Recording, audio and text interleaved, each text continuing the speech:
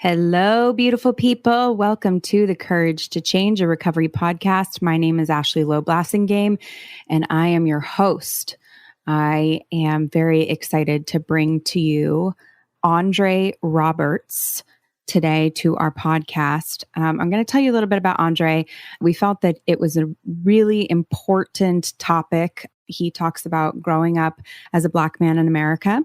We felt that with everything that is going on in the world today, that it was really important to have a guest on here that could speak to, what's going on and give a voice that I certainly can't give and a narrative that I can't give. So I asked him questions, and some I'm sure are awkward, and hopefully they stand the test of time. And I just felt that having this open dialogue was really great. So I'm going to tell you a little bit about Andre before we roll into his incredible interview. We really spent a lot of time talking about the topics at hand as opposed to his life story, although they worked into his life story. But I want to just give you a little bit of background. So for starters, Andre is a personal trainer and tennis instructor currently living in Beverly Hills. He was born and raised in Milwaukee, Wisconsin, and raised in a single-parent household with his two siblings. Andre took his first drink at 5 years old. He lived with his grandmother and her late husband. He grabbed a glass of scotch with ice and chugged it. He got happy, danced around, and then passed out. Remembers vomiting in his car and then people having to carry him out. The next day, he remembered the fun part of it, like we all do. Everyone was laughing at him, and the alcohol slowly took effect before he was inebriated. He was the center of attention in a positive way. His father was a drug dealer and a pimp in his day, but he also held a steady job. He met his father at 5.5 years old because his father had been shot. He had had a near-death experience and wanted to meet his son. In fact, the woman who shot him was his dad's main prostitute. She ended up being the one that actually nursed him back to health and ended up being like a second mom to Andre. Andre remembers having to go to a lot of new schools. He transitioned to various high schools, including being bused to a quote-unquote white school where he was one of only a handful of Black children. Andre talks a lot about his witnessing of segregation in Milwaukee and things that he saw growing up. At age 11, he marched with his friends and family to protest the deaths of several Black men who were killed by police. As you'll hear, this was not an uncommon thing to happen.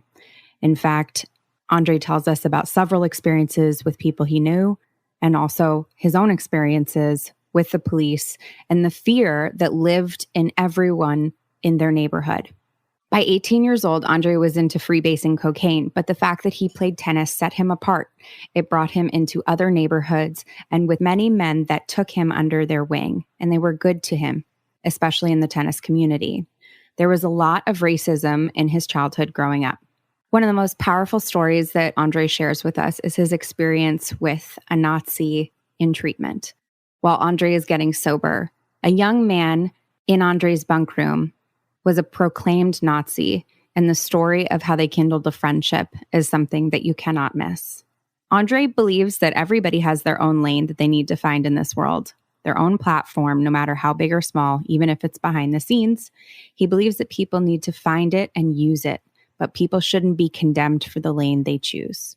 Andre is about to celebrate having 8 years of sobriety and is engaged to a beautiful woman, Patty, who inspires him every single day. This discussion was so necessary, so beautiful. Andre is such an amazing storyteller and just a lovely human being. And I am so grateful for his time and so happy that you get to hear his story and get to hear a little bit of what it's like from someone who really not only understands history, the history of America and the history of being a Black man in America, but also can share with you personal stories from his family about what that means. It put a lot of things into perspective for me, and I hope it does the same for you. So without further ado, I give you Andre Roberts.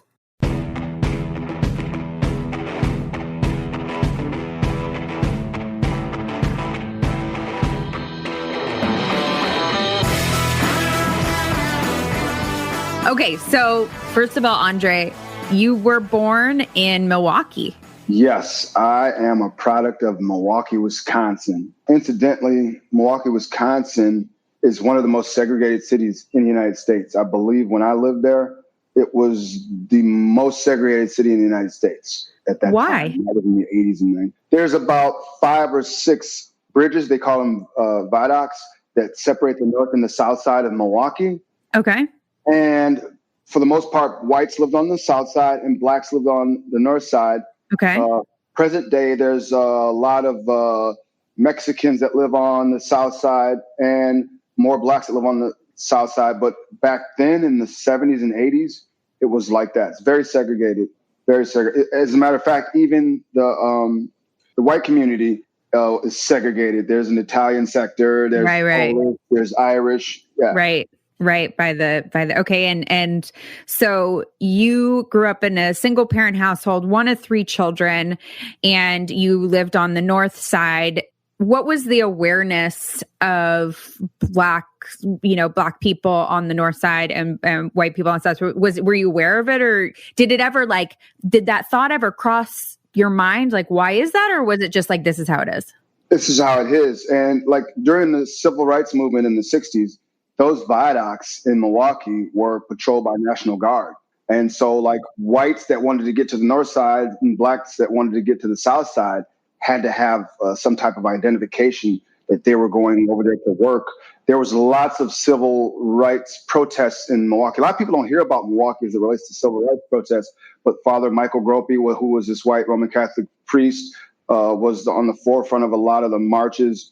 Back in the day, you had the Black Panther Party that was known in Chicago, but it was also prolific in Milwaukee and also Malcolm X spent a lot of time in Milwaukee. There's a huge civil rights, a lot of civil rights history.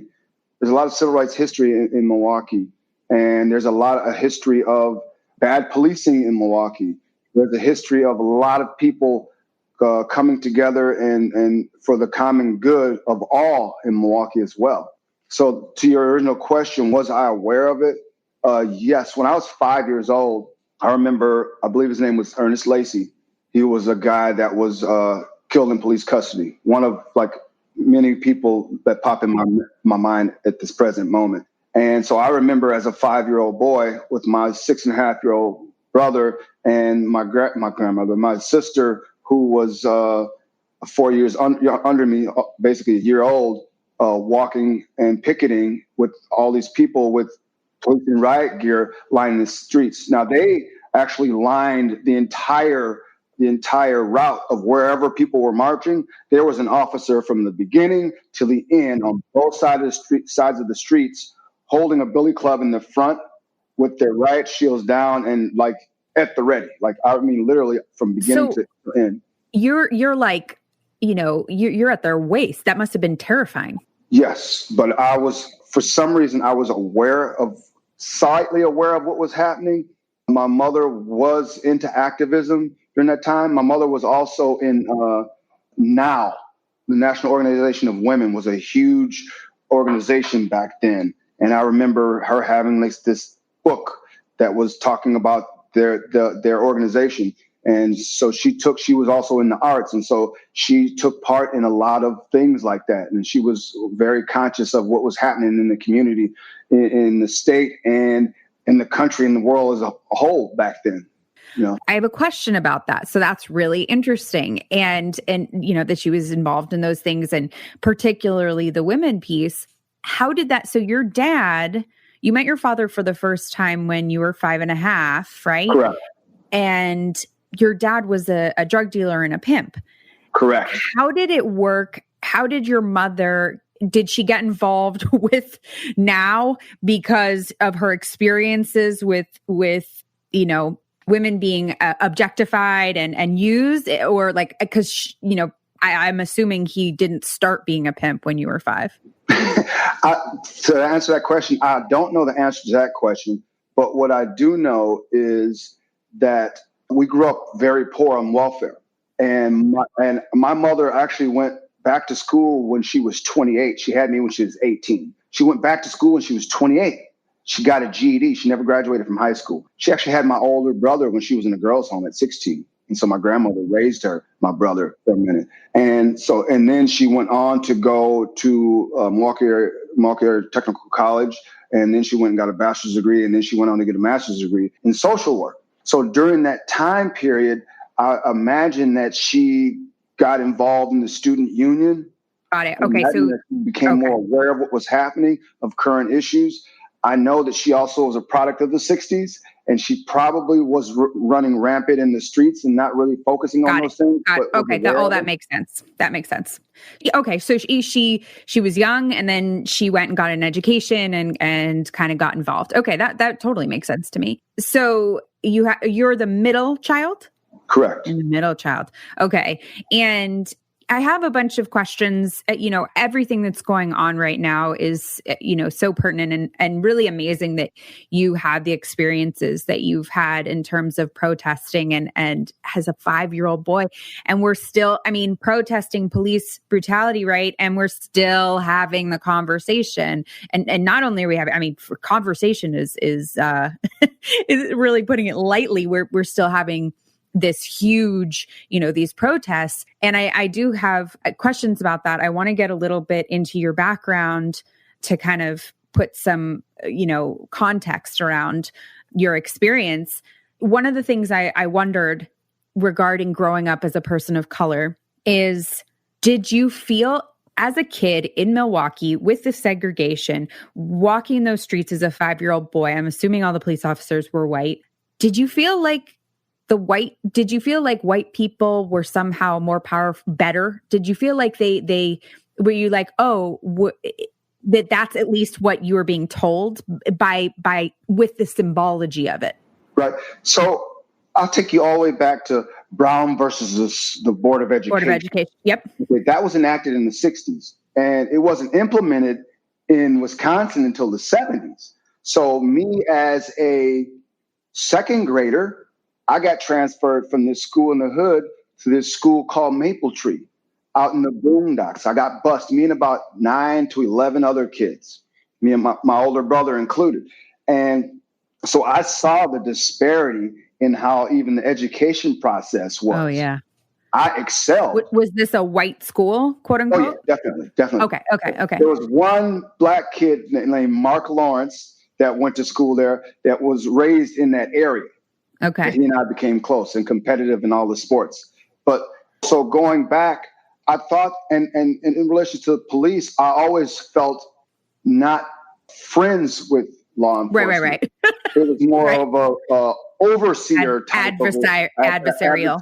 Even as a child, I was, I was taught to like shy away from the police and, really, and not really try to communicate with them. And it wasn't like they would try to communicate with us. You know what I mean?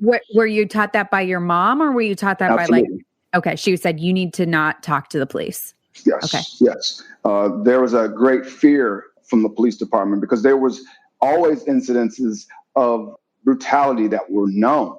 I grew up in the inner city of Milwaukee, and I can rattle off names right now of people that got killed. If I think long enough, I can rattle off names of people that I've seen in casts and beaten faces that happened. This morning, I called my dad, and I told him about this experience I was about to have with you all. And he said, wow. He said, you know what happened to me back in, I don't know what year. He said it was in the 70s. He and his nephew, not his nephew, but his late girlfriend's nephew, who was like a nephew to him, Joe, got pulled over by the cops, and he said something that was too smart for the cops to accept. And they let Joe go. Joe was white, incidentally. And they took my dad around the corner and beat him senseless. And he told me that this morning. And he said, I remember screaming out for my mother in those moments because I thought that they were going to kill me.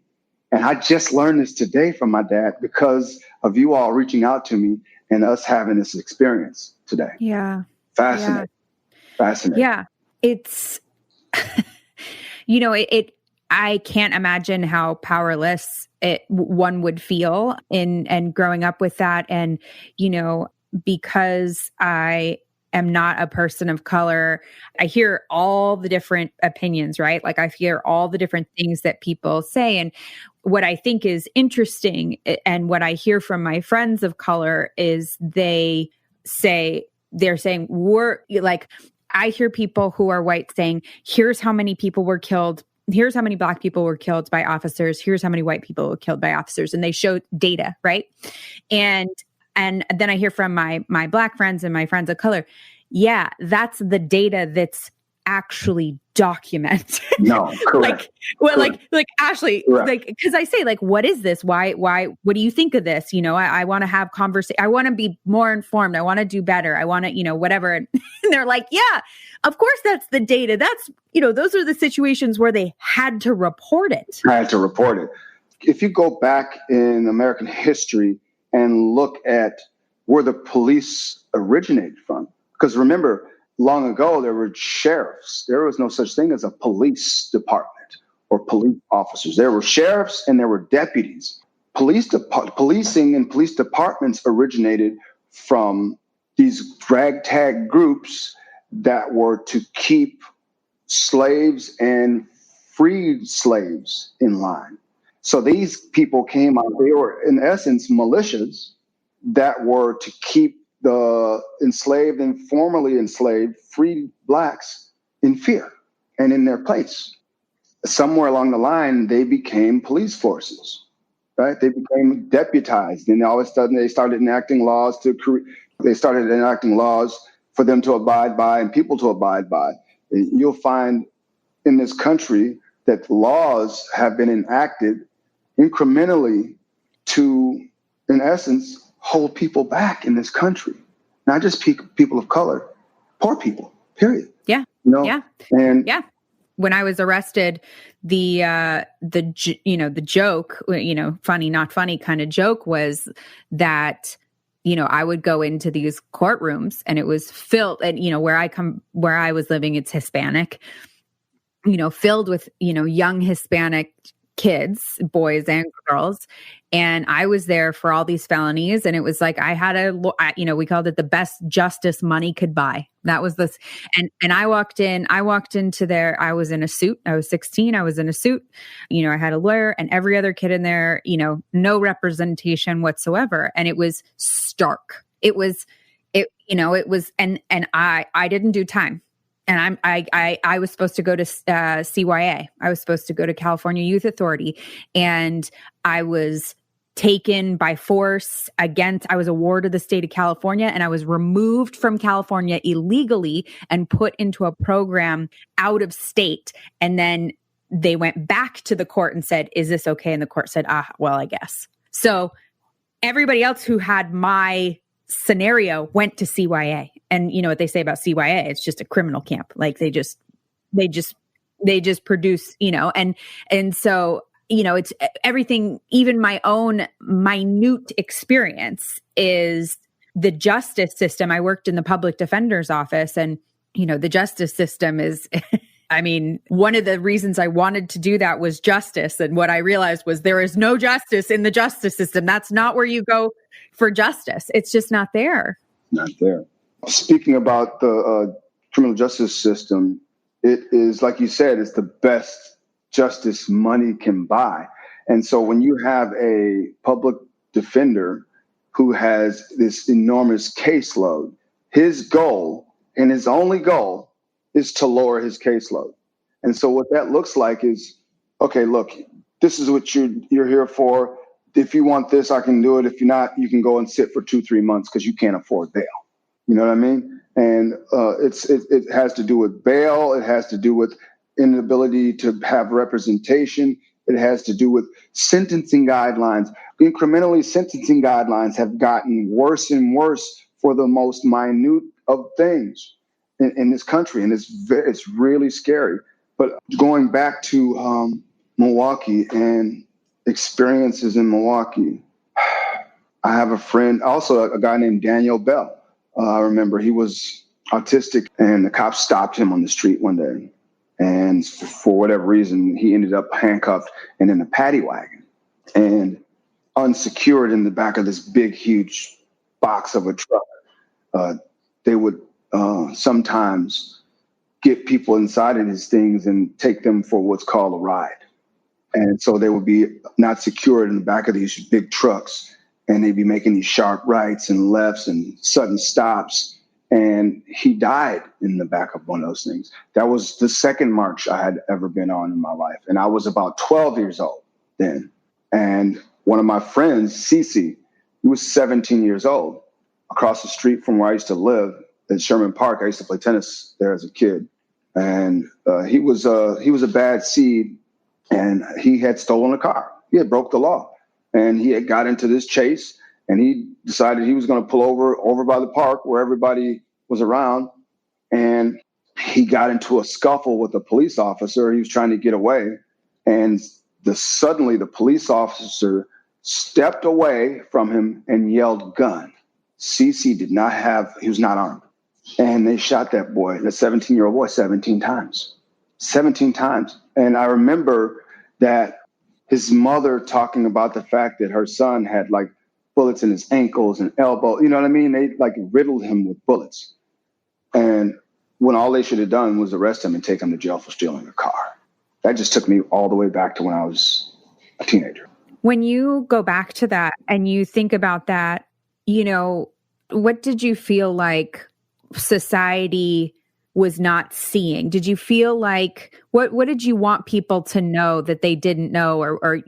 You played tennis, which is, I'm sure you played with a lot of white people in tennis, and you were bused into a white school. Okay. So you had a lot of contact with the white suburbia. You saw up close, like, hey, some of these people are really good people. They don't know what's going on. Like, how do they not know? Why do they, were there times where you just wanted to come back and tell the white people, like, don't you know this is going on? Or like, you wouldn't want this to happen to me? Or how did that change? How did those experiences change your interactions with white people on a day-to-day basis?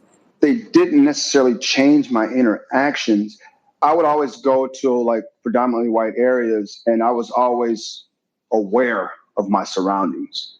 And in segregated society, which is for the most part, most of the United States, unfortunately, people are insulated from those things. And people have a comfort with being insulated from it because then it doesn't unnerve one's conscience. It doesn't put one in a position where they have to feel anything about it. So there's some relief and comfort in that insular society. What I picked up on a lot of was that I felt like underserved communities were more disposable, it seemed to me. And like there was not this communal care given to inner cities. And because of that, there is an overtone of heaviness that pervades inner cities around this country. I can go to South Central now, and I'm always struck by the almost just kind of shuffling of the feet of the general public in the inner city because everybody is in that bubble. Everybody's in that pressure cooker because that's what we call the hood, because a pressure cooker. The rules are different there. Yeah. The happenings are different there. The normal everyday stressors that twist people to bits are overlooked there. It's commonplace to be tense. So you walk around under tension all the time. It's just a question of what level of tension are you existing on in that day. If you're talking about an emotional perspective, if you're talking about a physical perspective, you have to almost walk around with a shield up, because if the outside of this pressure cooker is adversarial to you, right, you have to react and respond as if everything around you is adversarial as well. Right.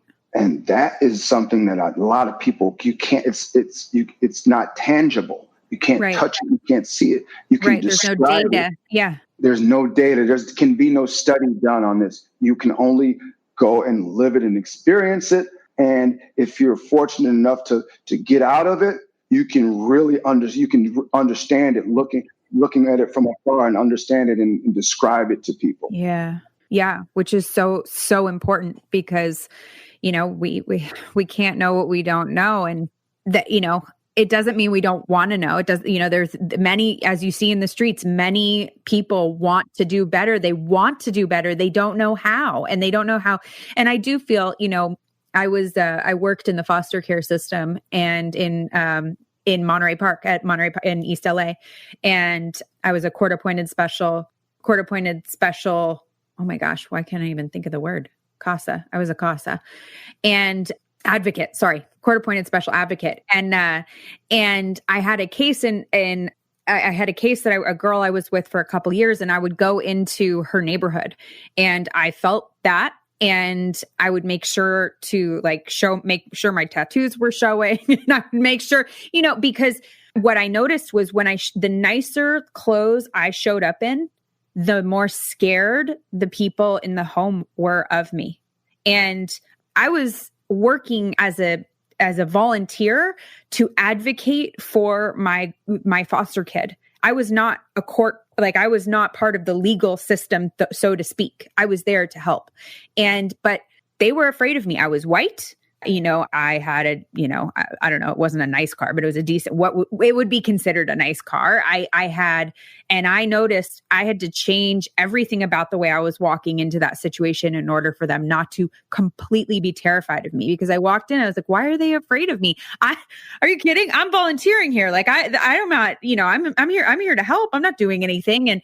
And it was so, what I noticed over time, over doing it for 2 years, was the cellular fear of my community, the privileged community, whatever that looks like, the cellular fear. It didn't matter what I did. It didn't matter how much I dressed up or dressed down or the language that I use. Everybody knew where I was coming from, that I was driving into that neighborhood, that I didn't live there. And it made it so that I don't think that I was as effective as someone who really understood. I mean, we experience this in recovery, right? Where it's like, I can go up to someone, anybody who's experiencing drug addiction, alcoholism, whatever. And I can say to them, like, I get it. I can get on their level because I have been there. I can speak that language. It's the same thing. What I found was it was the same. It was like, we're sending in, white women into these hoods to help with these foster children, to try to relate to them. And I came as close as you could get to having some sort of experience with drugs and alcohol and living, on the street and blah, blah, blah, this stuff. And it still it didn't even hold a candle. And so I do see a lot of people wanting to help, but we don't know how. And one thing that's interesting, as I was reading your background, right? And we're talking about this, I see that tennis, when I was reading it and I saw that you played tennis, I saw it, and I saw it in the middle of my notes of your story. And I said, oh, tennis got him out. He went to that school. Tennis got him out. There's no question, because that would have been the path out. But I'm reading this, right? And I'm reading how many, we talk about, I don't know if you've seen the studies on ACEs, but basically traumatic childhood experiences. We call them adverse childhood experiences, really there.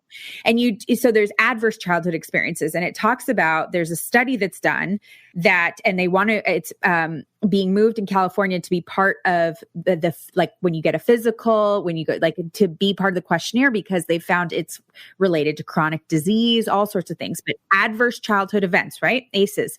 And if you get an ACEs score of something like 3 or more, your list of, likelihood of whatever, and an adverse childhood event, one is neglect. One is sexual abuse, parent using drugs, seeing a parent use drugs. Born in a family where there was some sort of marital conflict, violence outside. It was all those.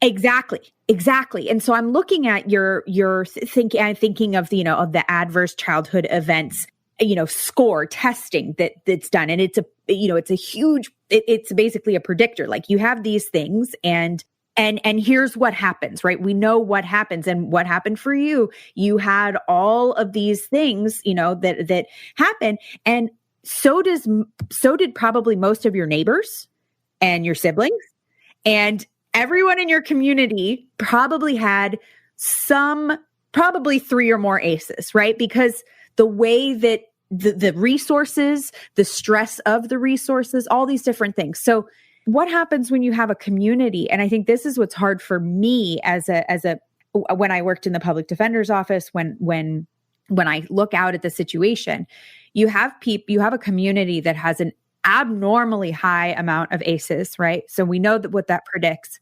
And those ACEs also predict interaction with law enforcement, depending on what they are, right? And so that means that you are more likely to commit a crime, AKA be a criminal, however you want to put it. And what I found was really difficult when I worked at the public defender's office was I would get these binders to help the attorneys put together their cases. And it was all people of color. And it was atrocious. They were doing atrocious things, one after the other, after the other, after the other. And I thought to myself, how, if you are in this line of work, even though the truth is that the people in the other neighborhoods just aren't being caught, right? That's what we know. How do we come to this place of removing this idea and removing this overwhelming sense of like the people who work in law enforcement, who work in the justice, it may not have started that way, but now that's what they're dealing with. How do we get them to change their view? If their view, right, if their binoculars are focused on something that's telling them that is their experience. Yes. Well, anything external is viewed as a threat. Your experience from working in the foster care system to these homes, they viewed you as a threat because you were external. You were external to their experience. I was talking to a friend of mine about a month and a half ago, 2 months ago, sober friend of mine, black friend of mine, former gang member. He's now sober. He's got his life together. We were talking about things that occurred in my hood and his hood. He's from California. He grew up in California in Van Nuys. And we suddenly came to the conclusion that we and most people we know suffer from PTSD and don't even realize it because we've seen so many traumatic events take place. Gunshots, gunfire, stabbings, fights, people getting jumped on and beat half to death, people getting snatched out of their cars and beat up, all the chaos that occurs in this pressure cooker.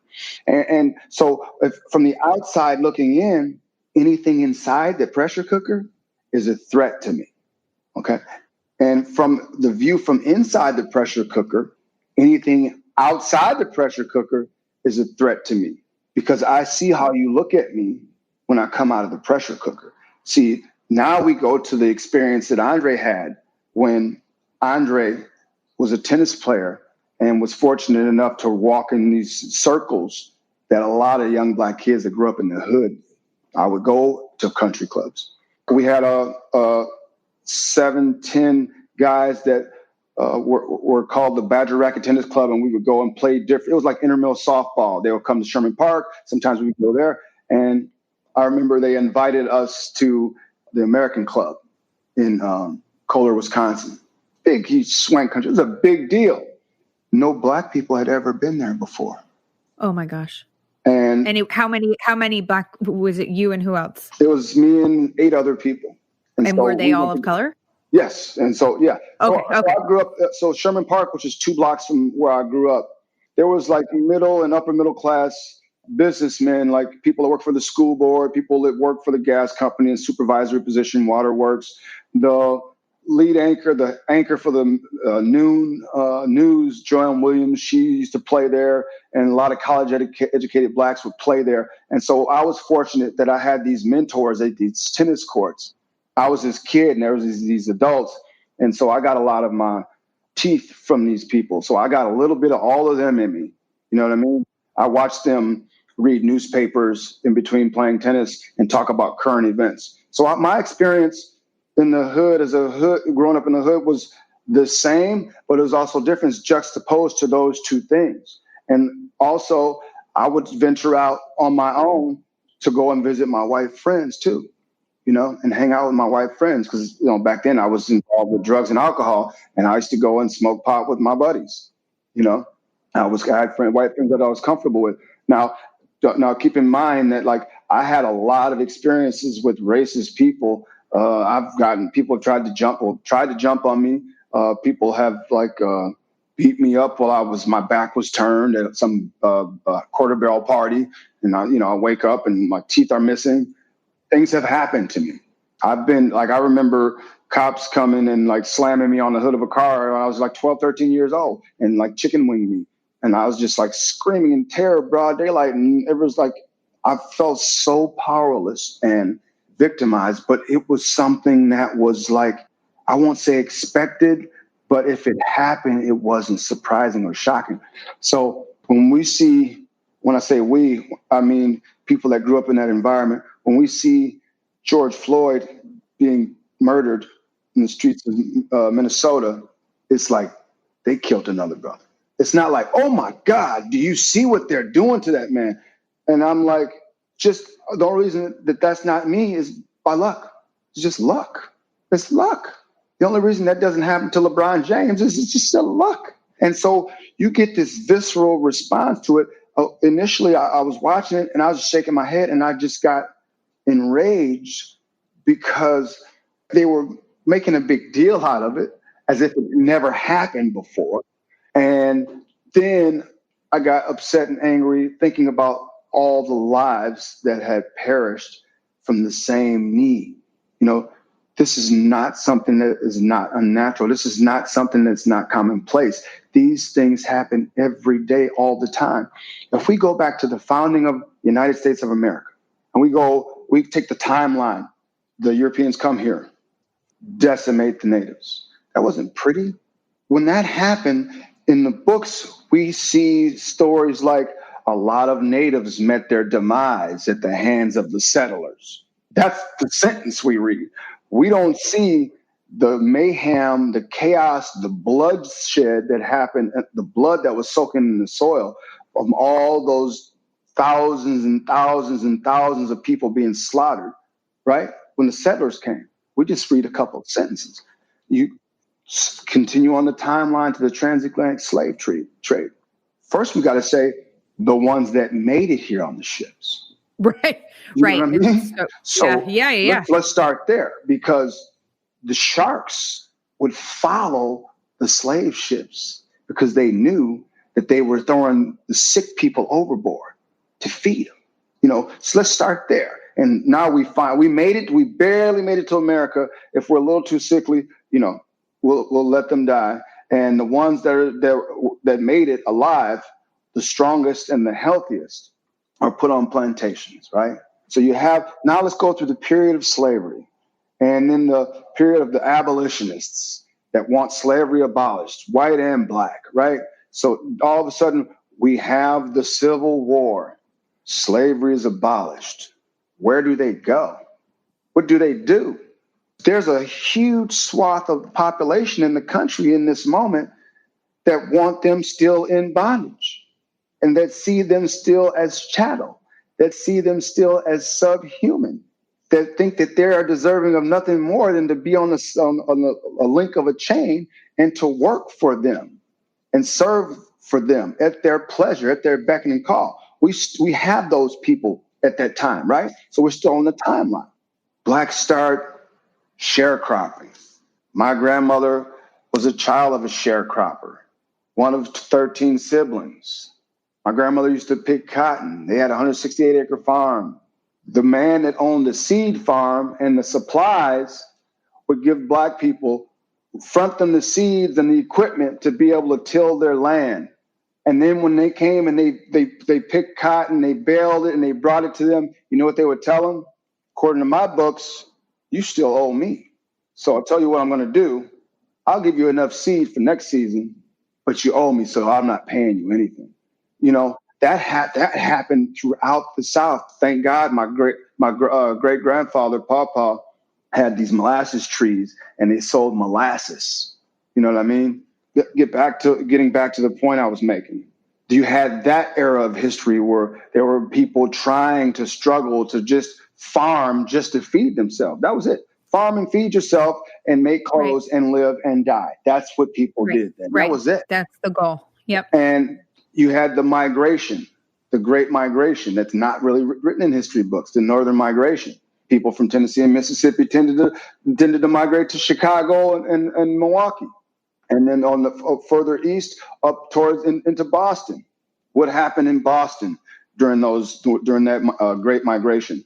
Race riots. You had these skilled blacks that built the South, right? That knew how to do masonry, that knew how to do carpentry, that knew how to put windows and build these beautiful homes and structures. And they would go to these places and apply for jobs. And the whites didn't like it because they would work for less money because they were working for no money. And so you had whites getting together and like going out and beating their heads in and killing them. You can't work here. People forget in this country, and then let's go a little bit forward in the timeline. We never talk about the fact that I couldn't go in a restaurant in the 50s and 60s. I couldn't go into a restaurant. It said no coloreds. I couldn't go into a restaurant. It wouldn't serve me. They had a colored water fountain and a whites only water fountain. They had dual bathrooms. People forget that. And we read it and we remember, but we got to remember that was the life of those people at that time. I remember as a kid going to Sears and Roebuck with my grandmother and dealing with white cashiers or wherever, a grocery store, a bank or wherever.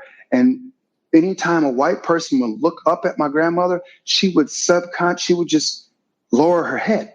She was afraid to look white people in the eye.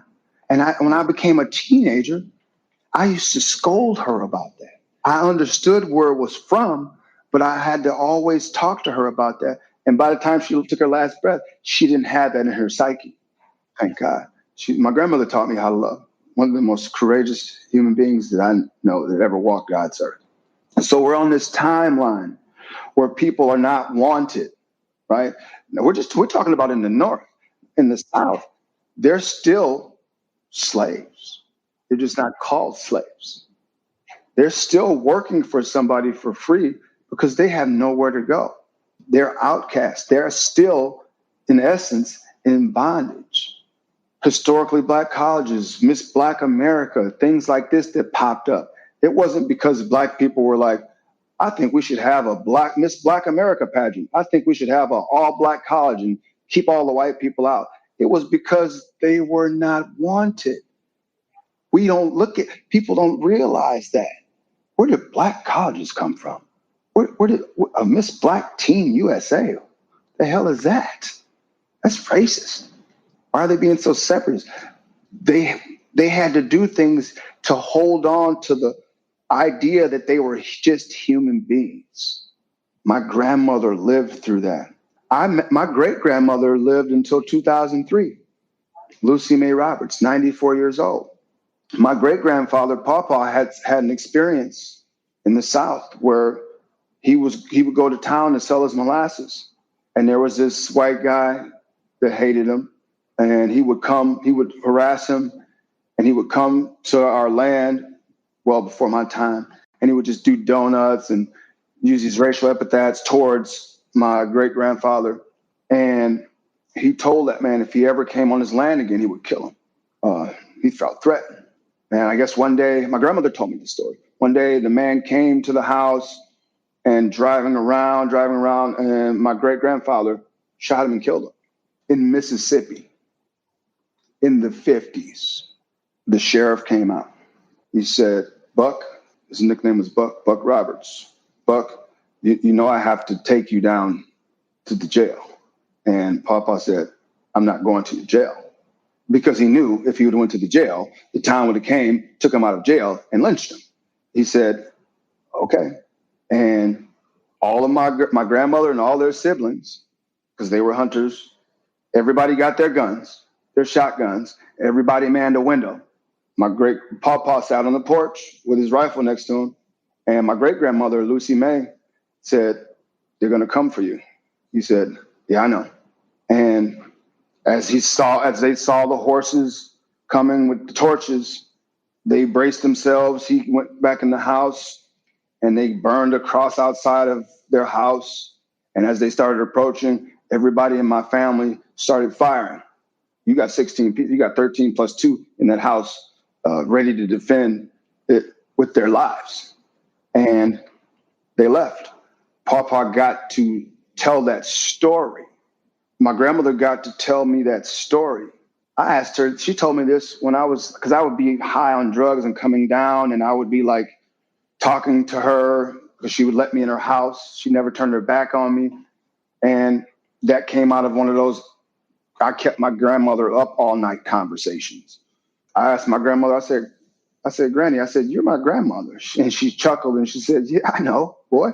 And right, I said, you had a grandmother. You had a grandfather. Have you ever met your grandparents? And she said, yeah, I met my grandfather. And I was coming down from cocaine. And I said, well, how old were you when he died? My grandmother just died 2 years ago from dementia. This December will be 2 years, 87 years old. Keep that in mind for timeline perspective. She said, oh, Andre, he lived until I was 19. I said, your great-grandfather was alive when you were 19. She said, yeah. You said, my grandmother's nickname was Frog. She said, you know why they call me Frog? I said, no. She said, because my grandfather gave me that nickname, Andre. So she knew this man intimately as an 18-year-old, not when she was 1 or 2. And I was like, wait, Granny, you were born in 31. My great-granny was born in 1902. I said, hold it. I said, what was his name? She said, Everett. I said, was he a slave? She said, yes, he was. And all the drugs left my system. And it became an interview session with me and my grandma. Oh, for sure. For sure. Because I was stuck. And I have a bill of sale for him. Yeah, he's on this slave roster. Yeah. Multiple bills of sale for multiple family members of ours. Know where they're buried. Old slave cemetery. They wouldn't allow slaves to put their names because we weren't supposed to be able to know how to read. And so they would use symbols. You had to use symbols to put on a brick and then put a brick as a marker. But getting back to what I was talking about, this woman that I've known all my life up until 2 years ago, almost 2 years ago, knew a man that was in bondage intimately in this country, not as a little baby, but as a 19-year-old woman. Physically. So I have a connection to somebody that physically knew somebody that was enslaved in this country. Okay. That means that anybody else that's 87 and over probably knew somebody that was a slave. If that's the case, everybody 87 or over that's white probably knew somebody that was a slave master. Think about that. If that's the case, we're talking about the connection to the physical, Ashley. Now, take the mentality of that slave and what he would say to his children and what their children would say to their children to keep them alive. That's my grandmother. Now, let's switch over to the other side. That slave master, what he said to his children and what his children said to his children. Somebody I'm talking to today, that's their grandparents. So it's not shocking to me that racism exists in the United States of America at all. I'm optimist. I think it's dying, not because the older people are dying. I'm going to tell you why. This is beautiful. I lived in Green Bay, Wisconsin for almost 3 years. At the time, I moved up there for this girl, my former girlfriend. When I moved up there in 1998, every one of the white kids that I saw from ages 12 to 18, and maybe a little older, dressing like Tupac. Oh, yeah. Tupac out. I was like, wow. Green Bay, Wisconsin is 99.9999999% white, okay? It blew me away. I was in my 30s, and it blew me away because I knew what that meant. I said to myself, I don't give a damn who your father and your mother are or what they taught you in your household. That is no longer applicable. So it does not matter if your father was David Duke or Archie Bunker, because I see them embracing that hip hop culture. Those children that I saw are on the streets of America right now holding up signs. Yes, they are. That's my generation.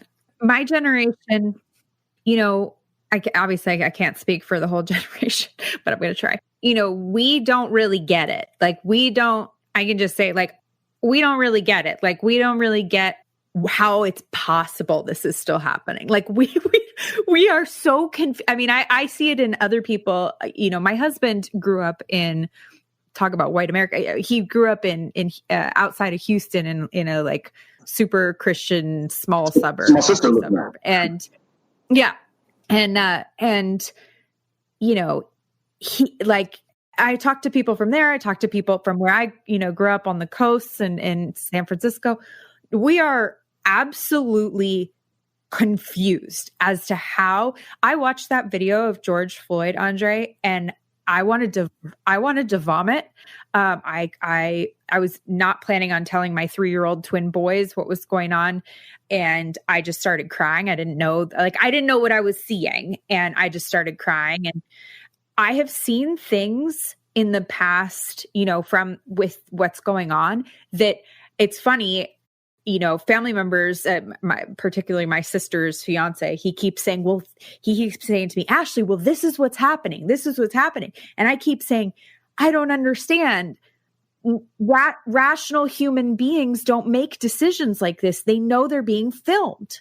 Like I said, take away whether you're a good person or a bad person. Like they know they're being filmed. They know every move. They're being filmed. They know they're coming after him, and they're still doing it. I said, I'm coming at this from like a rational human being perspective. They're not being rational. And if they're not being rational in front of the camera, I can only imagine what is going on and the frustration and the PTSD from in these jobs. You know, here's the other thing, you know, police officers, and I know this from working with first responders, police officers, and, you know, and I'll include other first responders, uniformed personnel, they have super gnarly PTSD that they do not deal with. And that is a part of the problem just as much as anything else, because they also, you know, that pressure cooker, I think that these first responders are in their own pressure cooker. Well, they live in the pressure cooker. Right. The cops live in the pressure cooker for the 8 hours or the 12 hours that they work. So they are experiencing it as well. And then they go outside no tool. The cooker. And they have to deal with a whole nother dichotomy. It's insane. It is, you know, we've created this perfect storm, if you will. But it is, you know, I will say, I appreciate your explanation and the history of it's super important for me to remember, because it is not imaginable. That I really mean this. It is not imaginable to me that stuff happened like not that long. When we talk about how, like when I've looked at like how long, you know, since this, or how long has it been since when they forcibly desegregated schools? And then you look at that timeline and you look at, my brain does not understand, because to me growing up in where I, you know, my life, you know, it doesn't, I'm not colorblind. I don't know what that whole saying is, but I don't, I'm like, oh, what? But I don't understand. I actually often think, why are you devaluing yourself? That's what I think to myself. Like, you know, and you said why, because how could you not, if the world treats you that way, then how, no, you would have to adapt. And in order to adapt, you'd have to figure out a way to live in that environment. And it's just unimaginable. I think that education piece and the conversation, you know, one thing I struggle with, I will say that the part with the Black Lives Matter that I'm really struggling with is that I feel like I'm not allowed to say anything or ask any questions. I feel like I post, my best friend's grandfather is Charles Mingus. And he's the famous black jazz player. If you look him up, you'll know who he is. And I was checking and, you know, someone said, oh, that post is racist or whatever. And I said to her, like, is this right? Am I, you know, is this, or she says, no, Ashley, it's not. And I feel like as a person, when you're not a person of color, but you want to support, it feels like we can't have a conversation because I'm going to say something wrong. It's so uncomfortable. Yeah. But here's the thing. one thing we know about being in recovery is that we have to walk through our uncomfortability in order to get to the other side. The growth that one experiences when you confront your uncomfortability is exponential, right? So we have to be willing. It's uncomfortable for me to talk to white people about this kind of stuff, but I've done it hundreds of times because. Do you ever get pushback? Has it ever been bad? Like the response been bad? I wouldn't categorize it as pushback. I would categorize it as a different perspective or opinion, and which leaves, as long as they're willing to engage in conversation, which leaves the door open for them to change their perception or their perspective and see things from my point of view. Now, I've had conversations with people and I can tell that they were not hearing it. Right. But also they were not hearing it or pretending to not hear it, because I know a day later or 2 days later, it was just ego, and they would be like, they would replay what went on in their heads, and they would be more amicable to what I was saying. But sometimes people just, our pride and our egos are enemies. Yeah. You had an experience with a Nazi that was that Dustin, related to your recovery. His name was Dustin. I was at Acton, this rehab in Acton, California, on this old tuberculosis quarantine base / used to be a base, and it used to be a Japanese internment camp. Oh, that's where your rehab was? That's where the rehab was. A small little barracks, 6 people in the barracks. I think there was a couple of Hispanic guys, a couple other black guys, me, and then there's this white guy, Dustin. No, there's another white guy in there too. Can't remember his name. I only remember Dustin's name. I don't remember anybody else's name in that little shack. And every time I would come in, Dustin would be out of there like so fast. Within half a second, he was on his way out the door. The only time he would show up was when we had to have the rehab bed count. Otherwise, I would never see him, or bedtime, and he would like quickly shut off the light. He wouldn't come in until the light was shut off, and that was it. We never communicate. And so one day I was walking out the door. His bed was by the door, and he had this poster of this woman, and she had all this black leather on. I was like, ooh, woman in black leather. Let me check this out. And I'm getting closer to it. And I squint my eyes, Ashley, and I noticed that she has a Nazi armband on. He had cut this out of it was a whole page of a magazine, this chick posing with this Nazi armband, the red band with the white, the black swastika. And I said, oh. And so I said to myself, oh, he's going to talk to me. Like, we're going to have a conversation now. Oh, yeah. Right. Oh, yeah. And so you're not getting out of this. Right. Because I'm from Wisconsin. I've never seen a skinhead in my life. I did on like Geraldo, back in the day. I'd never seen one face to face, like they're like some kind of an alien. Yeah. And so I was like, and he had this shaved head. I was like, oh, okay. So he came in. I said, I started the conversation. I said, Dustin, because I knew his name. I was checking out the chick. I said, did you know she had a swastika on her arm? And he tightened up so, like he seized up like an old engine. You could see every muscle in his body just wrench like, because he probably didn't know how I was going to respond. Right. I would too. For the response. So I'm sure the typical response is probably 2 guys flailing around on the ground throwing punches. And I pissed myself because I saw him tense up, because I was like, uh-oh, here we go. And I said, are you like that? I think those were my exact words, Ashley. Are you like that? And he went on to tell me how his grandfather indoctrinated him into Nazi culture. So he was bred to be a Nazi by his grandfather. And he actually sat down and broke it down to me.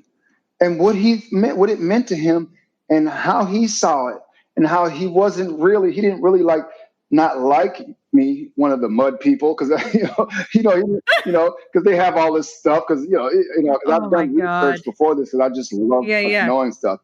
And so we start talking, And anytime there was nobody in the barracks and it was just he and I, he would talk to me. But if the door opened, he would cut it off and he would turn his back and he'd act. And I could be in the mid-sentence and he would not respond to me. He would not let other people see me talk to him.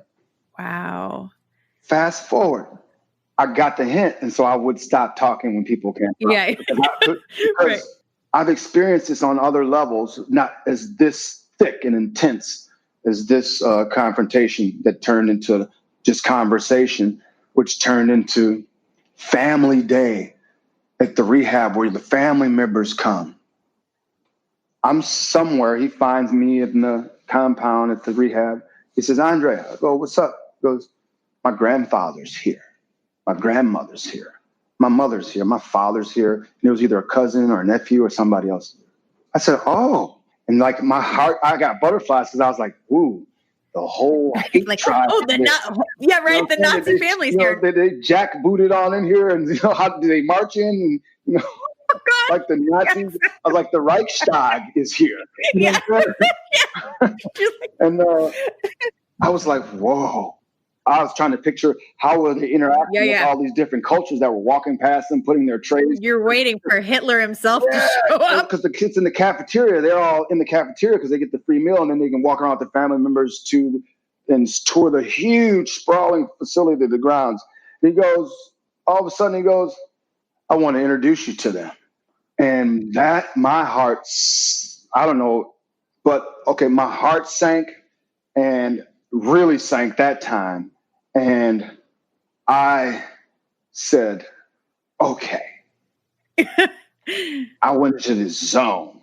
Like it was very surreal.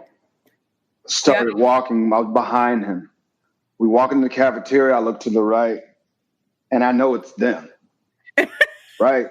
So he's walking in front of me. Right. He apparently knows, they already know that he's already told them, I'm introducing you to my black friend, Andre. I walk in there and he goes, this is Andre. Everybody's got their head down. Nobody looks up. Oh my God. He doesn't look up. None of them. They look straight at the table. They have nothing to say. They don't respond. They don't look up. All they do is breathe. He yells out some rants. He curses a little bit. He starts walking away. I'm standing there and I'm like, I better follow him because this could really get ugly. And as we're walking out, we go out the door and make a left. His mother comes out. I hear the footsteps running fast, so I'm turning around. I'm like bracing myself. You're ready to go. What's happening? Yeah. Like, and she runs over and I say, Dustin.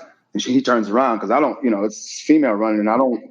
Please stop her because I don't know what she's about to do. You know what I mean? Yeah. And she says, excuse me. She said, can I shake your hand? And I said, sure. And she says, I'm sorry. Twice. So we walk back and I'm calming him down. He's cursing his family out and we're sitting down. We get past that day. He doesn't go back. They leave. Fast forward to Andre wants to get high in the rehab. I got to leave, but I'm in Acton, California. I'm trying to get to LA. I've already made the phone calls, get money wired like us addicts do. Money's sitting at Western Union waiting for me. I just got to get to LA. Baby. Good old Western Union. It's on, right? You know that feeling. Right.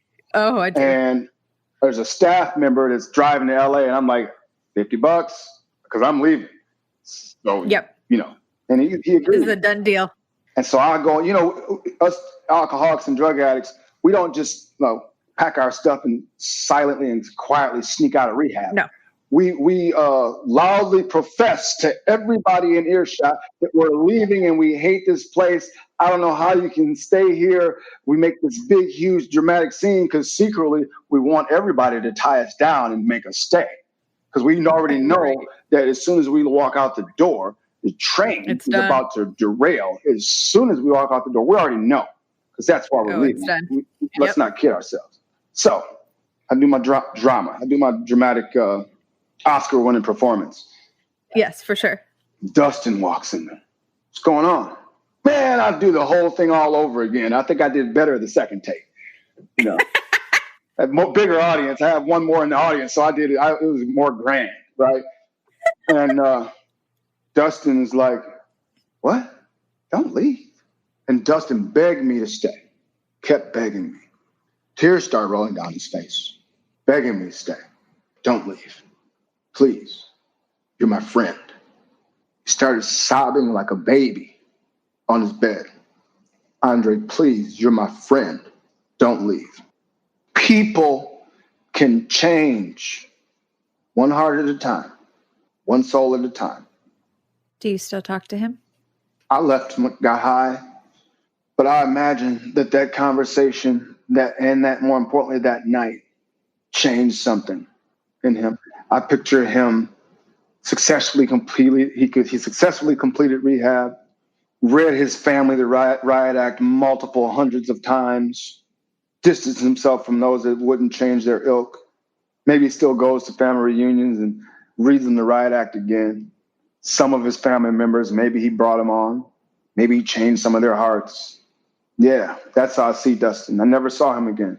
But that experience at that rehab, time I was there, the only person I ever think about when I think about my experience at that rehab is Dustin. I don't think of any other faces there. I only see Dustin. Because God put me there to talk to Dustin. I wasn't ready to get sober. I was ready to talk to Dustin. I'm always ready to talk to Dustin. Anytime I encounter Dustin, I'm always ready to talk. And I'm not swayed by their preconceived notions of how they think the world is or who they think they are. Because I know people can change, Ashley. And I know it just takes a hand. So I don't get wound up in the emotionality of this thing that's happening, because I can't operate on a rational and logical level with you. If I'm too emotional about it, because if I get my feelings wrapped up in it, I might offend you. And if I offend you, you cut it short, the end. I can't get through to you. So if I talk to you rationally with some sense, interject a little history, maybe a little humor, a little heartache and pain, and tell you how the other side can look, then maybe you might consider it, not in that moment, but the next day or the next day. We recover. See, that's recovery. He recovered a piece of himself that he didn't even know he had lost because he was raised that way. We talked about George Floyd earlier. I believe in God. God works in everything. I started thinking about that about a week and a half ago after George Floyd was murdered. I started thinking about it a week into the quarantine. Then I started thinking about it in relations to George Floyd and the quarantine. And this is my perspective, because I believe in God. God was like, okay, I need everybody's attention. Anybody listen? No. Nobody's listening. Nobody's listening. I'm trying to say this and nobody, okay. Everybody sit the hell down. Not America, not France, not London, not India. I want the entire world to sit the hell down right now. I gotta show you something. All right? Everybody's chill? Good. Sit for a while longer. I need you a little anxious. I don't want you comfortable. I want you a little emotional. I don't want you irate. Everybody cool. You ready? George Floyd, you're my lamb. Be what lambs be. Get sacrificed. His daughter sat on Stephen Jackson's shoulders, the dude, NBA player. He's holding her in her braids, two little braids. And she said, they show on CNN every once in a while, my daddy changed the world. This is not about black folks. This is not about police brutality. This is about humanity. This is tapped into humanity. This is tapped into every soul on the face of the earth. And God made sure that everybody could listen because he told everybody to sit the hell down. Be still, because I want you to be able to have time to see what I'm trying to show you. I want you to be able to have time to process it.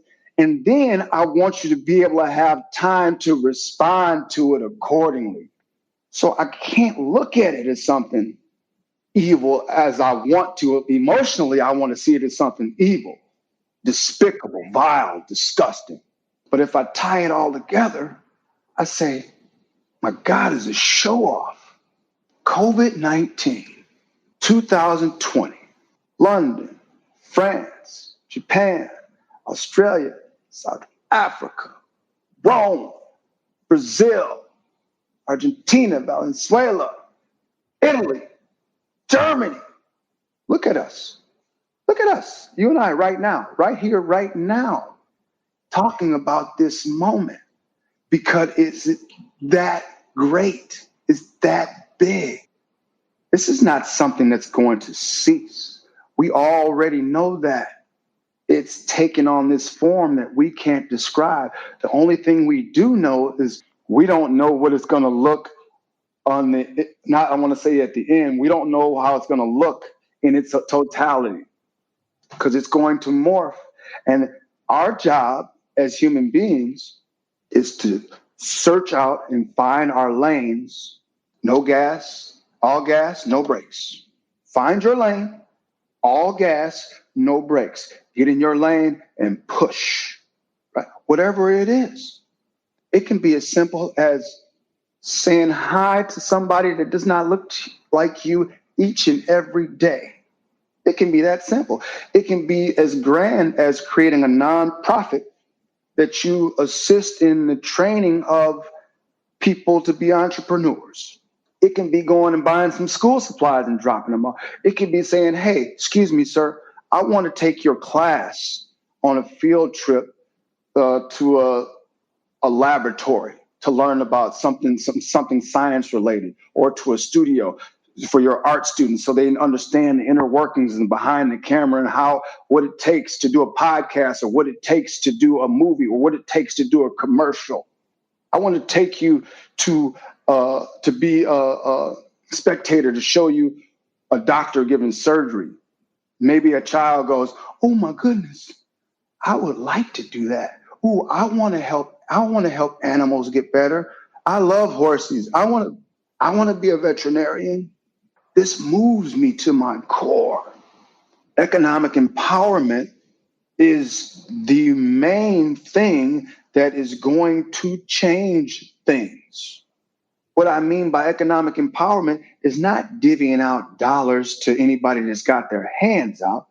What I mean is finding people that have ideas to create wealth, to create jobs, not to create jobs, because there's people out here, me included, that have ideas on how to create jobs for people in their neighborhoods.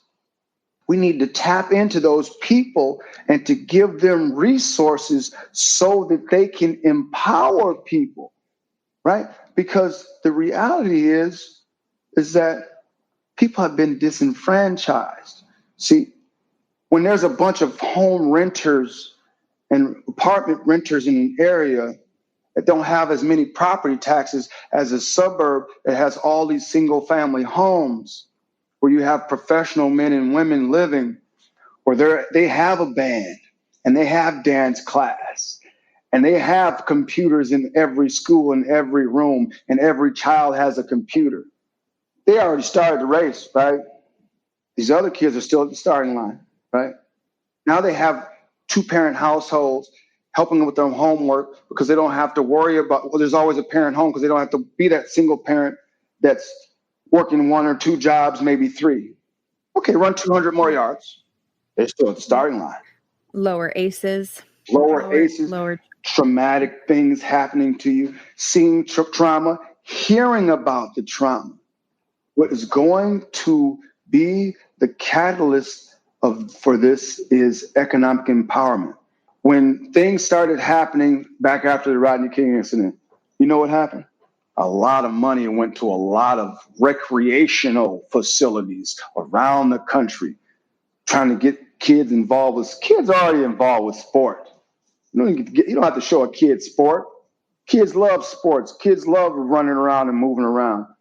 It's about economic empowerment. If you don't create the circumstances by which people can create wealth, livings for themselves, we're spinning in the gerbil's cage, right? There's Maslow's hierarchy of needs, right? So, people, it's kind of like what they talk about with the homeless population, which is about, looking at the needs. Like people are trying to get, they're trying to get homeless people sober before they give them housing so that they have to stay, like which comes first. And that when people don't have the basic needs, or their basic needs are constantly threatened, right? Maybe they have it at this moment, but it's not stable. That all other things fall behind. And one of the biggest things that I saw when studying this stuff was actually came down to nutrition, which I thought was interesting.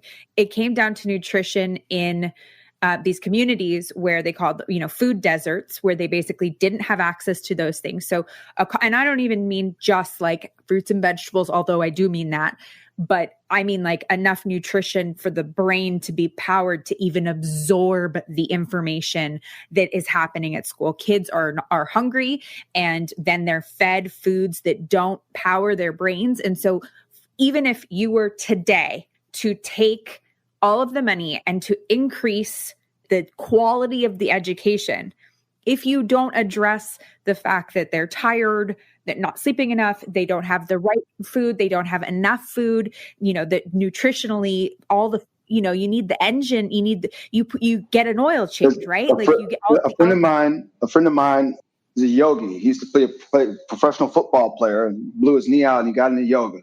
Black guy. He does workshops where he's trying to get yoga, and he's also vegan, and nutrition in underserviced neighborhoods. Every few months he does a workshop, and he invites people to come out, and he has all these vegan vendors, and he does yoga workshops and sound bath. He does this in South Central every few months. But that's an example of somebody that needs to be supported, and that program that he does needs to be morphed into something that moves around nationwide. Things like meditation, nutrition. It needs to be implemented immediately, because you're absolutely right. But even meditation, right? If I'm teaching you, I'll give you an example. If I have 3-year-old twin boys, and if I give them a donut and then try to get them to meditate, or the equivalent of a donut, what we don't talk about, and you're a personal trainer, so this I'm preaching to the choir. So what we don't talk about is that, especially for drug addicts and alcoholics, so we're our own special category. Yeah, we're our own special category of everything. And I see it in my kids. I am going to so whenever, I'll give you an example, on the weekends, we do not let the kids leave the house to go, because we do something active every Saturday and Sunday morning. We go somewhere. They do not leave the house without having some sort of protein breakfast, because otherwise I want to drop them off at a fire station. Right? I can't stand being around them because their personalities and mine are directly correlated to the amount of fuel in the tank. Wow. Right. And so same thing, like my husband will sometimes take them to get a snack, a treat, whatever, which is shot of sugar somewhere. And they'll take them to get a treat. They do, workbooks and school type stuff. I don't do that stuff with them after they've had something full of sugar, because there's no point. And so, and when I went to UCLA and studied public policy, and I remember we studied food desert, and we studied how many liquor stores were in a certain area. I had no idea how many liquor. So people, the distance between they was more likely to pick up food at a liquor store that had food, right? That's where people were getting their nutrition. And then you throw those kids experiencing ACEs, pressure cooker stress, and then you don't give them the fuel for the tank, so they can't even get out. You're talking about think and make rational decisions. You can't get out. You're talking about lane and, get in your lane and fuel the tank, right?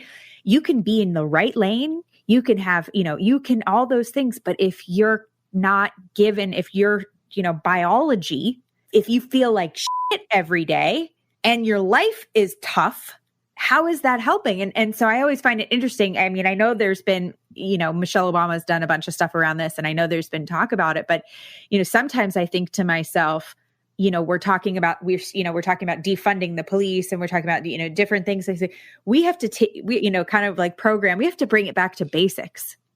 This has to go back to this.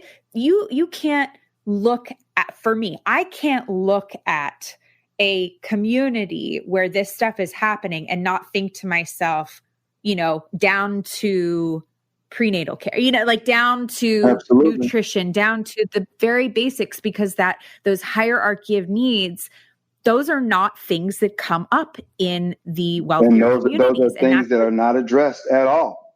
They're addressed on some levels, but not enough. I agree with you. Absolutely. Not enough to get large groups of people out. Because nobody's pushing the message that it correlates. I believe if we educate people and show the correlation between diet and functionality and keep pushing that message, it will get through to people. But it's done piecemeal. You know what I mean? There's certain messages that are done piecemeal, unfortunately. And we as a society are to blame for that. Collective, only thing that happen in the society are things that happen collectively. Like what's happening with George Floyd, it's collective. So what we need to do is we need to come up with strategies of what we want to tackle coming out of this thing. But Andre, question for you. So let's say I want to take on and I want to help and I want to be a contributing member. My experience has been that when I bring my privilege into those communities, they're like, that's nice, sweetheart. Like they don't want me there because the feeling is adversarial, because the feeling is, and I'm wondering, like, and it's almost, the feeling I get is it's almost like they think I pity. Like I'm there. The thing is, so if you and I were going to Russia to counsel people on recovery, Russian drug addicts, and they didn't speak English, what would we have to do? We have to get an interpreter, right? So if that's the case, until there's some comfortability, because remember, the adversarial attitude comes from externally, I'm in the pressure cooker, so anything outside of me, of the bubble, I view as a threat. And it's reasonable. So the solution to that problem is to get interpreters. What I mean by that is to find some connectivity with people that live in the pressure cookers, because there are people there that are trying to do the work, but they're grossly underfunded. There's enough people out there willing to take up the mantle of implementing things. They just don't have the resources. Always has been, and until it changes, it always will be the case. There are people out there trying, and they're making progress, but they can't do things on a mass scale like they could if they had the resources. And so I totally get what you're saying, but I think it's our job to reach out and find those people. Because like me, for instance, I have a lot of white friends. I have a lot of black friends. I grew up in the hood. I don't live in the hood anymore. However, I totally relate to the experience. Like if I hop on Delta right now and go back to Milwaukee, like I stepped right into the hood and everybody knows Dre, and I'm like right there with everybody, and whatever everybody's doing, as long as it's safe and lawful, I'm with it, because that's where I grew up, right? So Andre going back to Milwaukee to assist in implementing something in Milwaukee is doable. Andre going to South Central to try to implement something out in South Central is doable because I can communicate with people that are wanting to implement things and people that are implementing the things. So my experience and my background in having the experiences of living in this quote unquote pressure cooker bubble and also living outside of it and going and playing in tennis tournaments and going and playing at country clubs and traveling with people that most kids from the hood don't do, other than like somebody that's like a pro athlete or a rapper or somebody that became an engineer or a doctor that got out. Because I'm just your average Joe, but I've had above average experiences. So I'm actually a person totally fit to be able to do something like that. And I'm not the only one. I know other people that fit that bill. So our objective is to connect with me and those others and say, okay, let's all sit together. Now, how can I help you further this? Well, we all help each other, and then we go out and we do the advocacy, right? And we go out and we find people. But initially, we have to get into a planning stage of sitting down and going, okay, we understand, Andre, you're not running this thing, but we know that you're going to be the face of it, because out of necessity, if you're not, there's going to be some skepticism. Because all you have to do is look back at the Tuskegee experiment when the United States government was like infecting people with syphilis. Like, you know what I'm saying? That's like insane that they would do like, and so it's like movie to me. Like I mean, it's not that I don't believe it. It's just. So you have to have somebody that they really believe, that they really can trust, that can speak their language, right? Because otherwise it's going to be like, what's the angle? What is the angle? Especially nowadays, people are the information age has created skeptics out of all of us now, unfortunately. You know what I mean? We're like, I don't know. Do I trust that information? You know what I mean? And that's okay. That's okay. The focus though should be, again, creating strategies and implementing them and finding people to implement them. Because if we don't, nothing's going to change. Because we have enough messengers out there laying foundation and groundwork and speaking about change. We need people on the ground implementing it and overseeing the allocation of funds and making sure that money is being spent the right way. Because once you interject finances into anything, I'll give you an example in the recovery community. When the speculation for like how much money was going to be made from out of the recovery community, all of a sudden you had all these venture capitalists over the last several years coming in and just throwing money and not knowing that a lot of the people that they threw this money at, they were just trying to grab it. They weren't in the business of like saving lives. They were in the business of like filling these beds up, right? Prime example. So you got to be aware. So and that also comes with having somebody that knows the people that can sift through the BS. Because if otherwise, people will be like, "Oh my God, thank God we got this guy. He is doing," and all the while you're putting in suitcases of money through the front door, and he's taking half of the suitcase of money, taking it out the back door. You know what I mean? So you have to be very careful on how you allocate resources and have people that are trustworthy, that really mean to affect change, go out there and do the work. And a lot of people are set for that. Not a lot of people have the heart for it. Not a lot of people have the mettle for it. Not a lot of people have the fortitude for it. That goes with where your lane is. Find it, get in it, all gas, no brakes. You know what I'm saying? That's for everybody to find their lane and onward and upward. Damn the torpedoes, full steam ahead, right? Yes. I learned that from this old guy named Billy, who was a counselor at this rehab that I left AMA. He was like, damn the torpedoes, full steam ahead. And I always remember that. When I get scared, because, we get in fear. We in recovery. We walk through fears if we're fortunate enough to overcome things. And so when fear comes up, I'm like, damn the torpedoes, full steam ahead.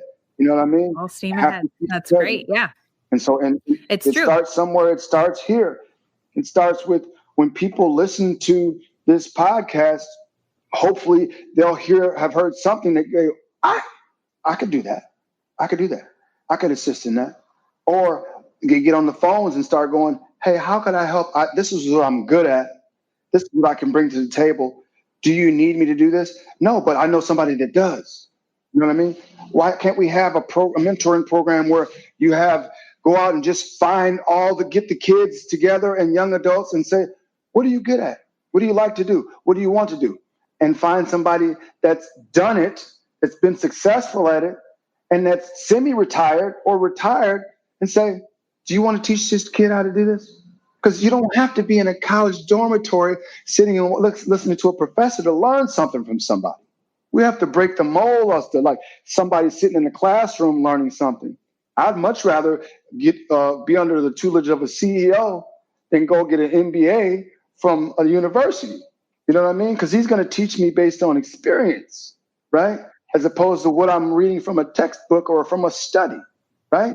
Right. And so I think we have to be really fluid and open-minded on how we tackle things.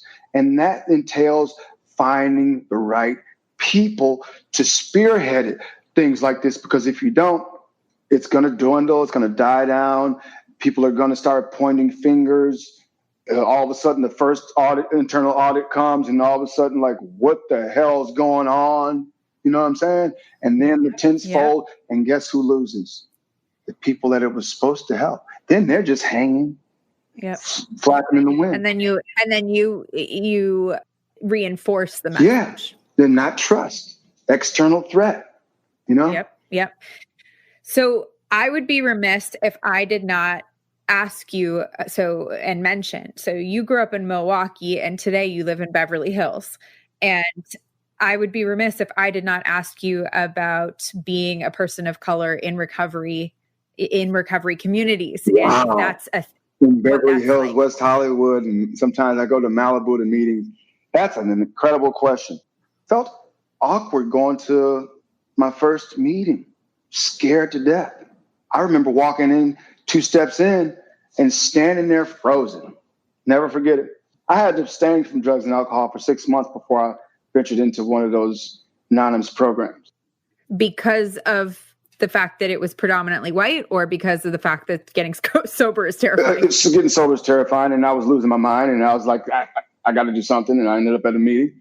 And I remember this girl came up to me, and she looked at me, and she goes, hi, what's your name? How are you? 2 questions, right? And I looked at her, and my mind said, that's too many questions. Like, who are you? Like, I was scared. And she could tell I was new. She said, come on, come have a seat. And I sat down. Had I not accepted her invitation to sit down, more importantly, had she not walked up to me and saw the deer in the headlights, we maybe wouldn't be having this conversation. I've had some experiences where people have said things that they weren't even aware of that were racist, and I did not correct them. Sometimes I have corrected people. Sometimes I leave people to their own ignorance and remind myself that problems have a way of taking care of themselves. People tend to come to me for the quote unquote Black view of things sometimes. You know what I'm saying? And I'm like, you got to get what you get. I'm not the spokesperson for Black America. I can give Andre's perspective, but I can't give Black America's perspective. But I get that. That's all good intention. And so in that respect, I also realize that I'm also an ambassador. I know that I'm a fairly well-known guy in the community. And I know that people look at me not as Andre, the Black dude, not just Andre in recovery, but they kind of look at me as somebody like that kind of, if there's a problem with some kid and he's newer and he's Black, they come to me. And I'm like, I get offended first. My emotions I get offended initially, but then I'm like, oh, really? Yeah, because then I'm like, I understand. I get it. You want somebody that looks like him, that can relate with him, because you know my story. That goes to what we were talking about earlier with having somebody be the ambassador, the translator that does know Russian to go in to assist in implementing things. So my experience has been, for the most part, healthy, educational, and welcoming. Sometimes I notice subtle sarcasm, but it's all in jest. Sometimes people jokingly say things to me that I don't think they mean any harm by, but sometimes I can see how if they said it to somebody else. Like what? Way. Somebody might say something about basketball to me like that, like right. Absolutely. I'm with, you know what I'm saying? They're just something like that's stereotypically black. You know what I'm saying? Sometimes people, right. You know, will attach stereotypes to me and chuckle about it. And right. You know, okay. Sometimes I give them that look and they give me I didn't mean anything by it. Right. And then I say, well, why don't you repeat it and think about it? Sometimes I say something, sometimes I don't. You know, it all depends on the situation, what mood I'm in. But I'm mindful because what I don't ever portray or want to portray is like angry black man. You know what I mean? Right. So I'm very mindful of that. And I'm also very mindful that words are very powerful. And so I try to use my words carefully. I butcher the English language sometimes, but I have an okay vocabulary. So I make sure that when I have an audience, and I make sure that when I'm communicating with an audience, that I am an ambassador, well aware of it, and try to be better and do better by myself, because I know sometimes I do feel that weight of. Yeah, I'm sure you do. I'm sure. And so I'm particularly where you live. Right, and I'm conscious of it, and it's kind of a mantle that I accept and I'm okay with, because I know I have a good heart, right? And so I know that I wouldn't do or say anything detrimental to somebody as it relates to their recovery or them as a person or hurtful. And so I'm okay with myself. So I know that my interaction with others are going to be above board. So I don't like necessarily, I'm like worried about what I say, because I'm just going to be me. I'm Andre. I'm always Andre. When I step out of the house, I'm Andre, you know, and however people perceive me is how they perceive me, but I'm always going to be me. You know what I mean? Do you think that it's harder to get sober as a person of color in 12-step? The taboo of drugs and alcohol and mental health in minority communities is real. It's real in the Black community. It's real in the Orthodox Jewish community. It's real in the Spanish-speaking community. It's very real, right? It's very taboo. Just like homosexuality is taboo in Black culture. You know what I'm saying? I drive through West Hollywood and I see the Black Lives Matter logo that's been prevalent, that's been shown lately, and on this window in West Hollywood in the rainbow. And I was like, wow. Yeah. And I see Black Lives Matter stuff all up and down West Hollywood on Santa Monica Boulevard. And I'm like, Black folks don't even know this. As a matter of fact, I just realized I'm going to go and make me a little short video and I'm going to put it online and let Black folks know, all my friends back home and all my friends, Facebook friends, let them know what the LGBTQ community thinks about what we're going through, because they need to know that. Black people need to know that during the civil rights movement, that they have their back. Jews died for Black people too during the civil rights movement, right? Help bail people out of jail, civil rights pioneers, when they went to jail, put their resources into the solution. Prime example. And see, they don't know that. So that you have these young Blacks growing up and Black adults today with these anti-Semitic views, because they don't know the history of Blacks and Jews in this country. Like, Jews have done so much for Blacks. And these kids don't know it, and these adults don't know it, and they spew this rhetoric that they've heard, and they parrot things. It's just like racist white people have heard. I've heard Black people say this stuff, and I correct. And I'm one to correct. When Black people that I know start spewing anything that's remotely racist, I correct them immediately. I have to. And I'll talk to them afterwards if they get huffy about it, because I know it's necessary. It's that important to me, because I've been around too many good people and I've had too many experiences to pretend that all of a white America is against me. It's ridiculous. Right. Because it's not true. It's ridiculous. It's ridiculous. If I look back on all the opportunities I've had in my life, the vast majority of them have been given to me by people that don't look like me. There's irony. that. Yeah, that's interesting. And so I'm mindful of my surroundings. People look at me.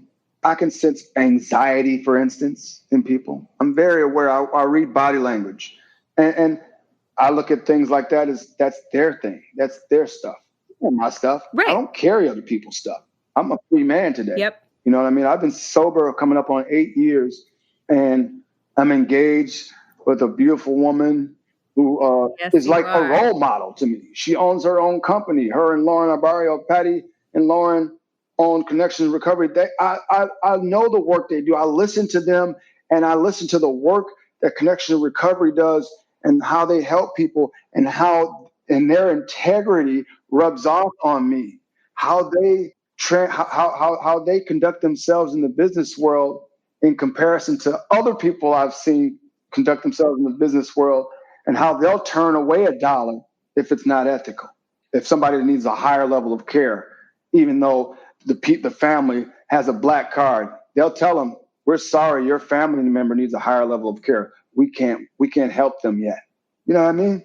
So I have role models. I have when Patty and I got together, I immediately got this family. All her sponsors are these successful women that are business owners, and so I have this huge family of these successful people, a lot of successful women that are like role models for me that I can look at and get advice from. And none of them look like me. You know what I mean? And so we chop it up and we kick it, and we get together for people's birthdays, natal and sobriety birthdays, and we go out and we just celebrate together. You know what I mean? And it's beautiful. 25 of us together at a restaurant, loud as can be. And, everybody looks different, So I'm an optimist in the sense that I know that things are going to be okay. Look what God just did. Look what Show-Off just did. Yep. Sat everybody down.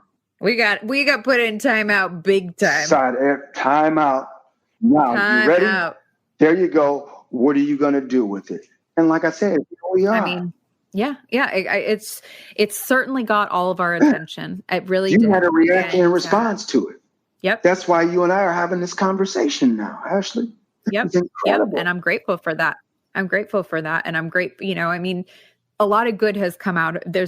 Has come out of it. A lot of bad has come out of it too, but a lot of good has come out of it. It's just kind of what you want to focus on.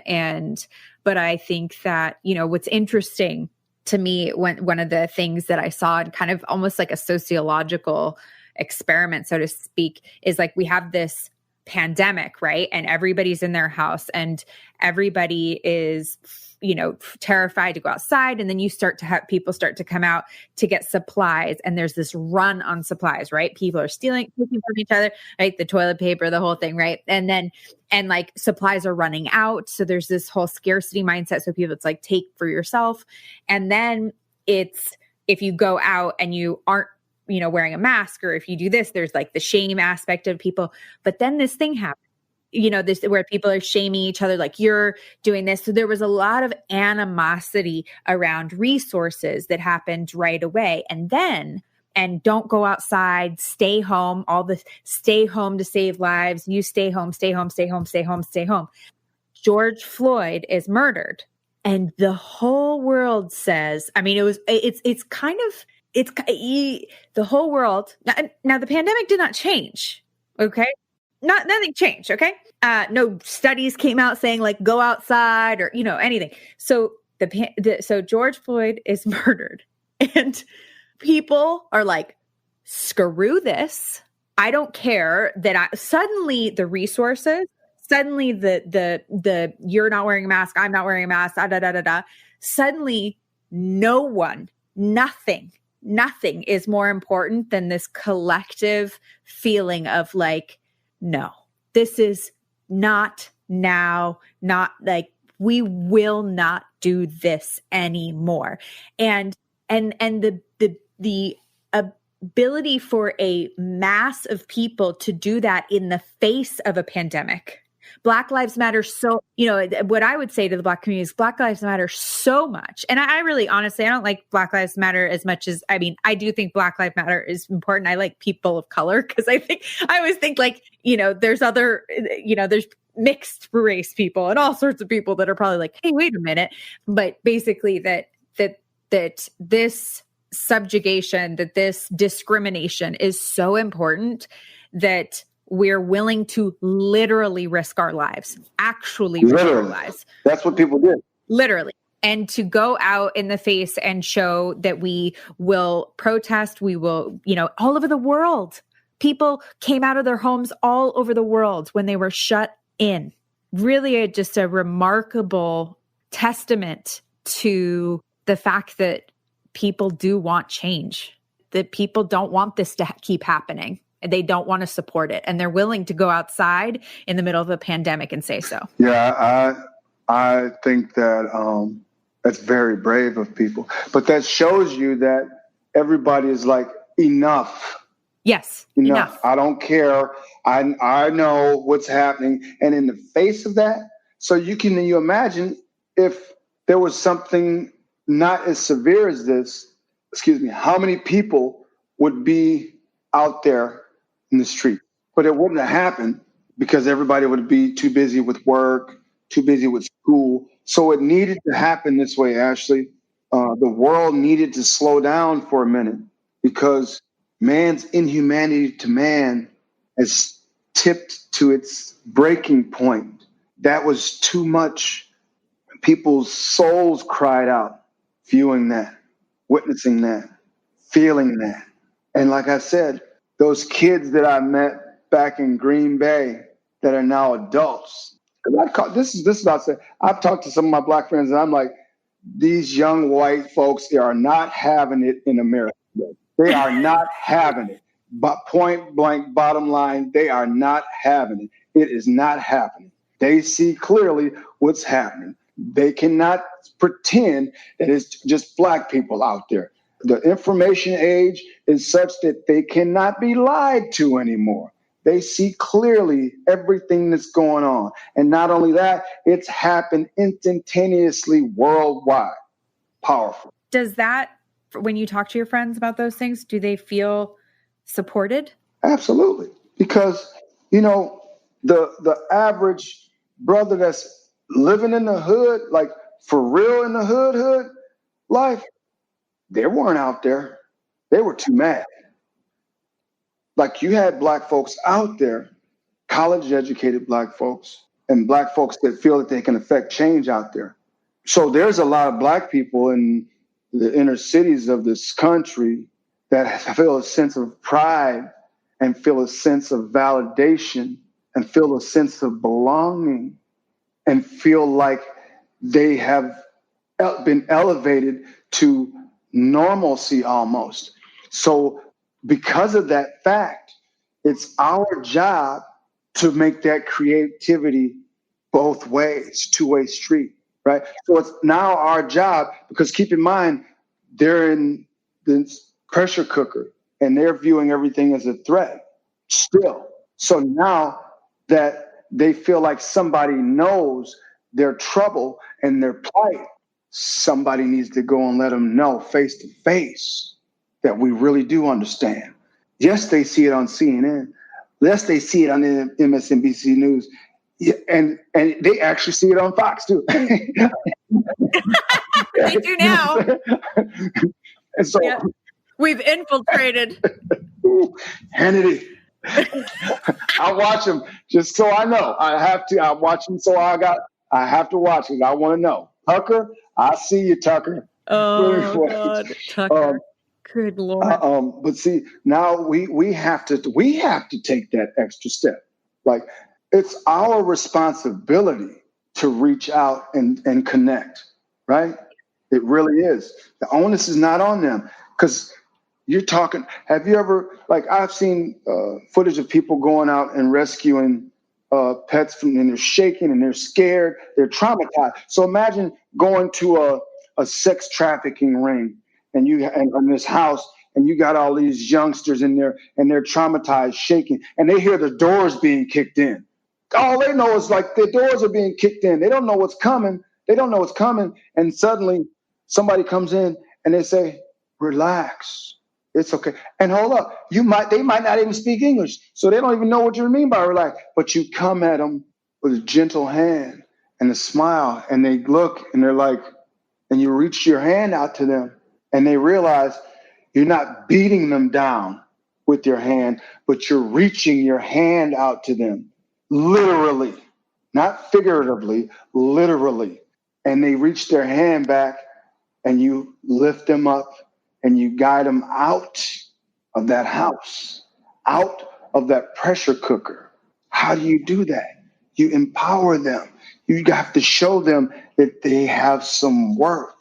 Think about the traumatized, the person in the sex trafficking ring, the alcoholic newly sober, self-worth, then the tank.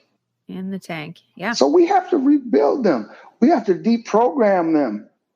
They've been desensitized to violence. They're traumatized. I was traumatized.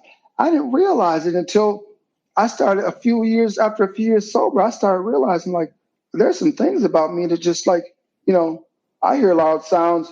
People hear loud sounds. They have certain reactions and get scared. I hear loud sounds. I look around to see which way I have to run. So I know which way to run from the gunfire. I don't get freaked out. I look immediately. I'm looking for the dude pointing the gun, right? I don't go, oh my God. I'm not ducking down. I'm looking to see where he is because I want to know which direction I have to run. And I realized that's a direct result of being in those kinds of situations, of fleeing from my life. Because I've had experiences where guns were drawn on me. I've had experiences where people unloaded, let loose on me, pulled the trigger on a firearm on me, and I had to run. So like the hood experience, quote unquote, I've had all those experiences. Like, so I know what it looks like and what it feels like to feel like your life is about to end, and not just by a gang member, by law enforcement. I know what it feels like when law enforcement says, get out of that car, nigger, right? I know how that feels. Not, can you please step out of the vehicle? Hand here, ready. Just please do something. Please, so I can put a couple slugs in. Please just do something. Sneeze too loud. I know that feeling.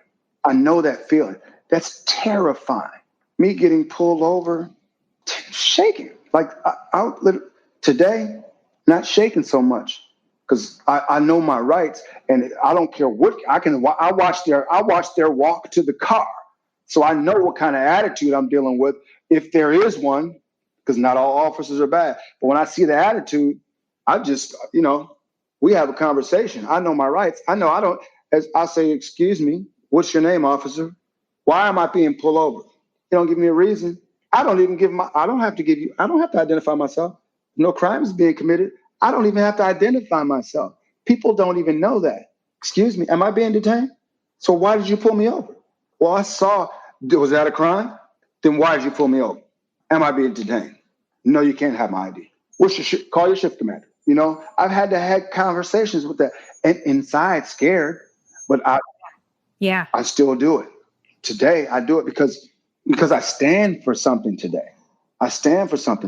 Hell yeah, I get scared if I get pulled over, but I can't. I refuse to cower now, because they see that too.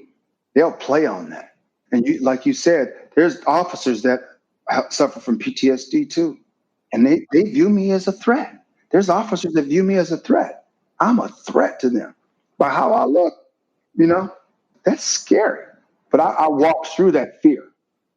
I have to walk through, for the rest of my life, I have to walk through every fear I encounter. I don't have that option as a sober man. I don't have the option of living in fear, right? Because otherwise, I'll end up in the dope house, right? If I don't walk through my fears, no matter where they come from, I have to carry what I've learned with me at all times. I don't have the option other than to do that, because anything less would create the tumultuous chatter in my mind that would lead me out. So if I put myself in a position to be disrespected or to be cowered over or to be belittled, my alcoholic brain will send me spiraling, emotionally spiral. So I don't have that option. So I don't let them put me in that position. Right. Andre, you're amazing. I'm so deeply, deeply grateful that you were willing to have this conversation with me and let us record it so that other people could hear. I'm not just saying this because we're recording and because it would sound nice. I genuinely feel, I mean, those things are true, but I genuinely feel like I got something out of talking to you and thinking about the perspective of, particularly with the stories about your grandparents and that effect on you. That really helped me put things into perspective and think about what this means to people and how it's different. And so I'm really grateful. And thank you so much. God bless you. This podcast is sponsored by Lion Rock Recovery.